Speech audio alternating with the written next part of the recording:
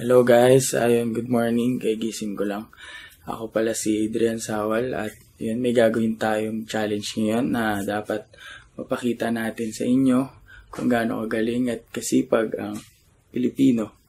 Pero bago lahat, ayun, gising ko lang kaya maliligo muna tayo. Diyan muna kayo.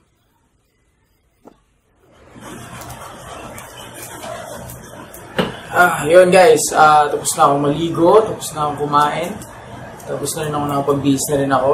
Ayun, ready na ako sa aking first day challenges. Pero dahil bago ang lahat, hindi natin kaya ito mag-isa, kaya ayun, tatawagin ko si EJ at saka si Pia. Tara! Hey guys! Yun. Okay na ba kayo? Nakaligo na ba kayo? Tara na! Tara! Tara! Let's go!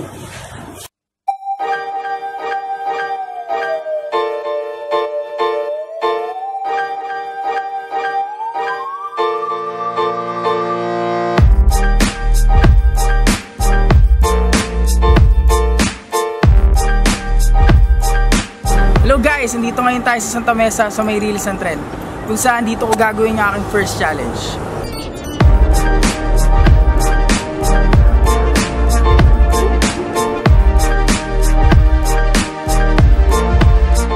Ang pagbubuhat ng trolley ganito. Ang balikat mo, papatong mo dito at ang isa dito sa may balakang mo. Gusto mo, hawakan mo ganyan, bago mo buhat. So, ikaw naman, subukan mo.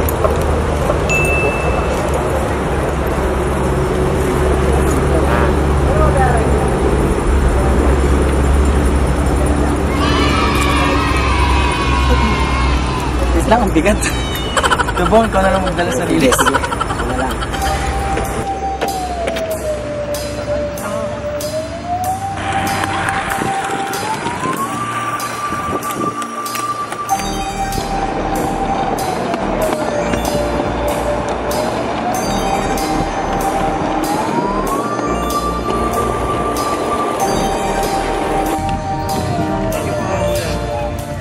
Okay, natapos ko na ang challenge ko dito sa Riles.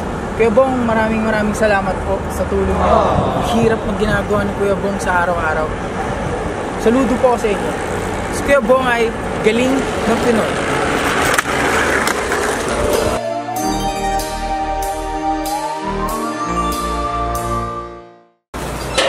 Good evening. Hey guys, good evening. Yan, kauwi ko lang. Medyo bitin ako sa araw. Parang hindi pa ako pagod. Wow! Gusto pa akong gawin. Tingin niyo mag-guard kaya ako, no? Gusto pa. Okay lang ba, Chips? Oo. May uniform ba kayo dyan? Meron. Nandun? Oo. Gilawin ko Guys, papayit na ako Bibiro mo naman ako nandun yung uniform Ayan, ready na ako, mag-duty na. Sige, retat na ako ito.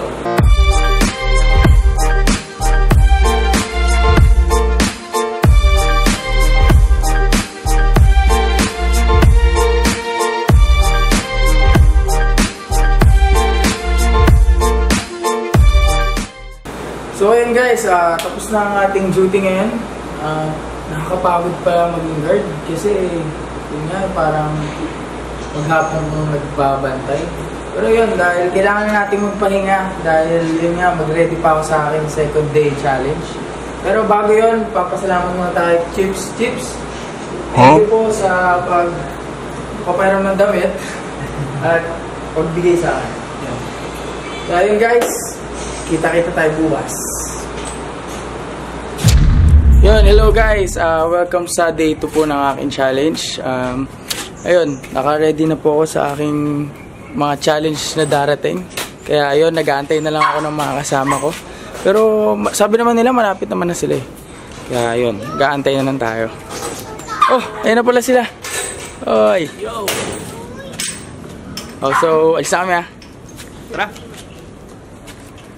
Hello guys, dito ako ngayon sa Ramon Magsaysay Boulevard kung saan gagawin ko ang aking second day first challenge. At ito ay yung pagiging pedicab driver. Ito yun, 30 minutes na ako nag-aantay dito. Propensya na, wala pa rin ako pasahero. Kaya, pantay na tayo. A few moments later.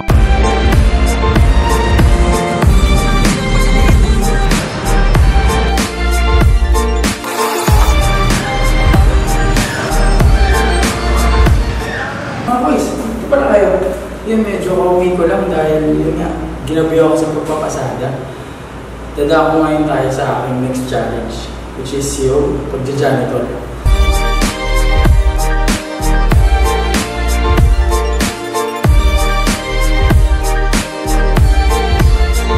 Yun guys, tapos na tayo.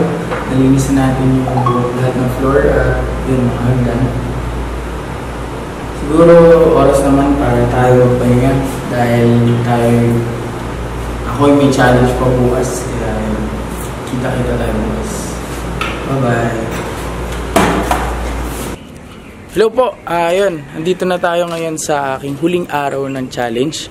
Magandang hapon po, medyo tinanghali na ako ng gising pero okay lang dahil yung aking huling challenge na gagawin is sa gabi natin gagawin. Ayun, papunta na ako doon, kaya tara samahan niyo ako. Uy, dyan na pala kayo. Dito ako ngayon sa Altura Pepa Stop Silogan. Pero hindi ako pwede magtrabaho ng ganito sa lugi. Kaya teka lang ha. Okay na. Ayun, mura naman makakapag-spend ako ng trabaho na ito. Ayos eh, no? Talagang paano palang pepes tatakilin dito na naman. Ayun, samahan niyo ako.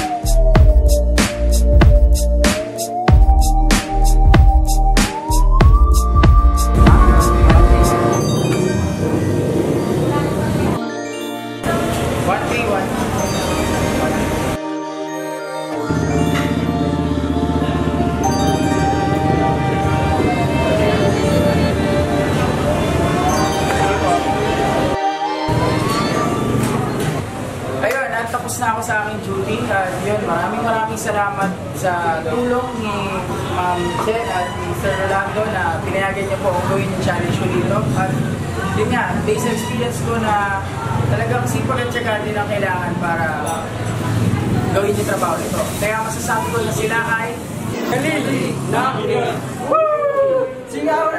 Magandang gabi po. Ayun, tapos na po ang ating challenges at sana nagustuhan niyo po ang aking vlog na ginawa at sana may napulot po kayong aral at sana maging silbi silang inspirasyon sa atin dahil yun, di ba, grabe, parang imaginein mo sila, nagtatrabaho sila ng ganon sa maliit na halaga pero tinatsagaan nila para sa pamilya nila, sa mahal nila, di ba?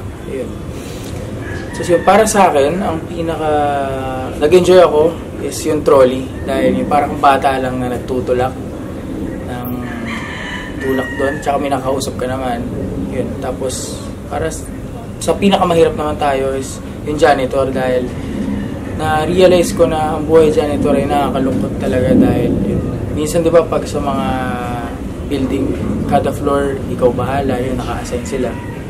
Parang ang lungkot na mag-isa sila doon na nagtatrabaho, maghapon, map, walis, tapon basura, yun. Kaya, tip ko lang yan, sa akin, yun sa amin na, sa atin, para sa atin na, pag may kayo, nakita kayong guard, janitor, batiin natin na, yun, good morning. Respetuhin pa rin natin sila dahil yun, napapagod sila, talagang, hindi din talaga biro. So, yun, maraming salamat po. Galing ng Pilipino, iwagayway, ibang klase ang talino. Idol.